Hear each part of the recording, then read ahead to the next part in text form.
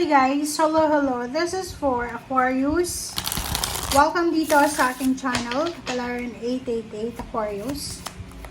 Alamin natin kung anong messages, vibration, gabay, energy para sa lahat ng Aquarius. This is general reading, so I hope na makuha mo yung message.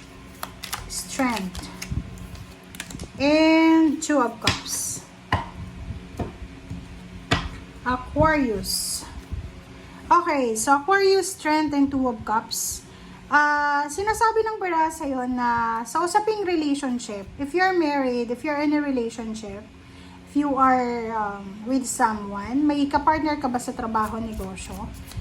Sinasabi ng bara sa'yo na posibleng magiging strong yung foundation ng partnership nyo. Okay? Mas magiging solid yung love life mo, Aquarius. 2 linggo ng November, sinasabi ng bara sa'yo na marami kayong pinagdaanan, okay? Marami kayong mga problema, okay?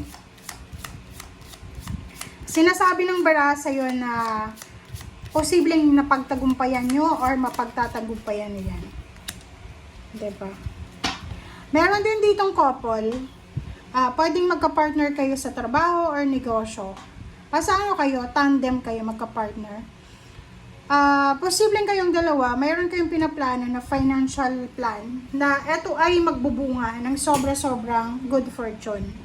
Yung parang plano yung dalawang mag-ipon para sa plano yung pagta-travel or plano yung papapatayo ng bahay, and you're super lucky, diba? Sobra-sobrang swerte kayo. Okay? Sobra-sobrang swerte kayo. And mag-iingat lang kayo kasi lalo sa mga Aquarius na mahilig mag-post sa social media, kasi pwede kayong ma-evil eye. Okay?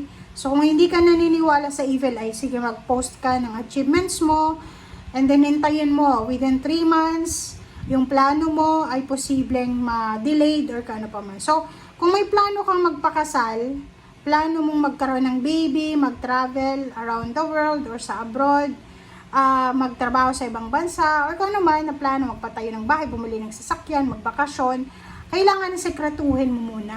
Okay? Kailangan anuhin muna siya, ikalma mo muna ang sarili mo. Huwag ka munang excited na ibalita yan sa mga tao. Lalo na yung pregnancy, or mga plano, wag nyo yun na masyadong i-expose sa mga tao eh. Talamak ngayon ng evil eye, guys. Okay, 6 of Pentacles. Wow.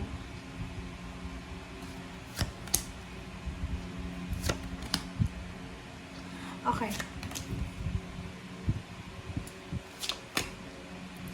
Kung makikita mo to, ito ay Justice. So, this is, wow, ang ganda. Sobrang ganda na ito. Sinasabi ng bara sa'yo na sobra-sobra kang masipag siguro, or sobra-sobra kang dedicated sa trabaho mo, or even sa relationship. Maraming beses ka na, siguro marami kang naging karelasyon dati na niloko ka lang, or pinaasa lang.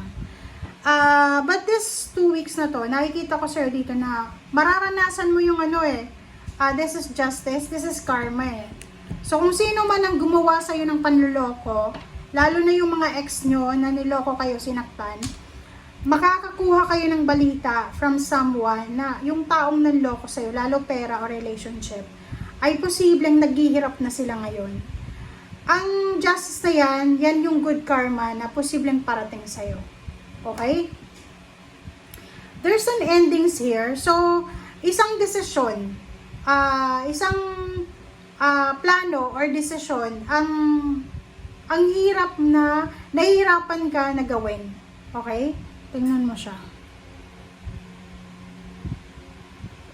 Sinasabi ng bara sa atin na ang dami-dami mong pinaplano dati.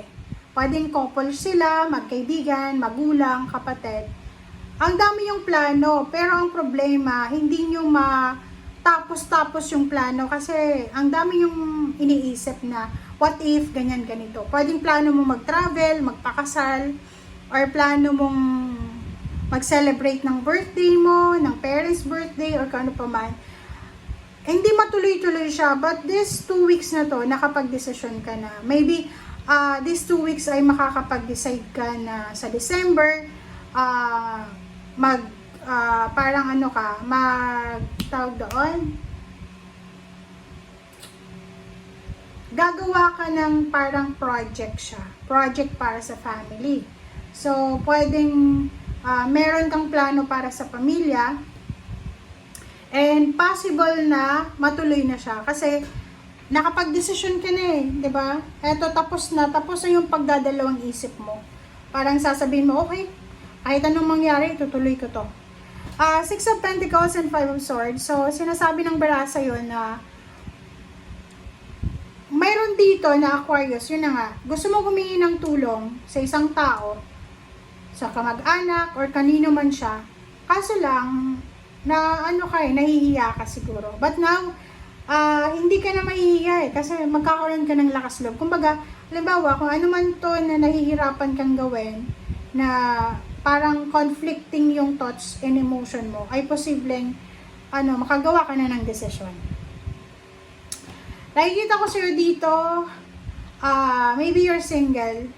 Single ka, looking for a relationship, tapos may isang tao na gustong maging asawa mo, nag-o-offer sa'yo ng kasal, or nag-o-offer sa'yo ng job or career, tapos hindi mo siya tinatanggap kasi iniisip mo baka, siya eh. Anong tawag doon? Yung offer na may benefit siya. So, sinasabi ng Barasa sa'yo na just accept. Tanggapin mo na yan. Okay, wag ka nang magpaligoy-ligoy pa. Kasi, there's a fortune coming eh. 'Di ba? Halimbawa, ganito lang yon.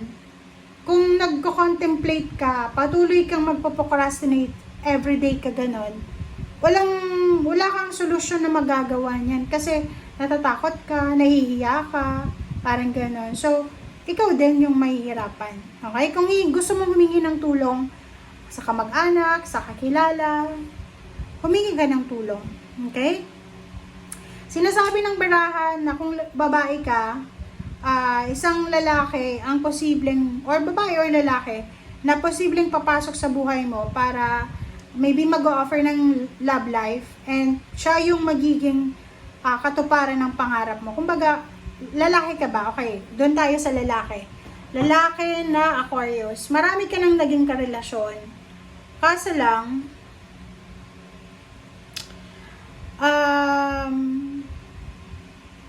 siguro na-trauma ka na. Na-trauma ka na.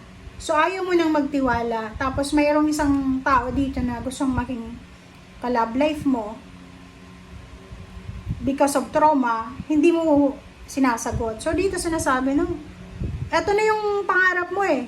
Siya yung tutupad ng lahat ng pangarap mo. So, kailangan mo nang pagbigyan siya. Okay?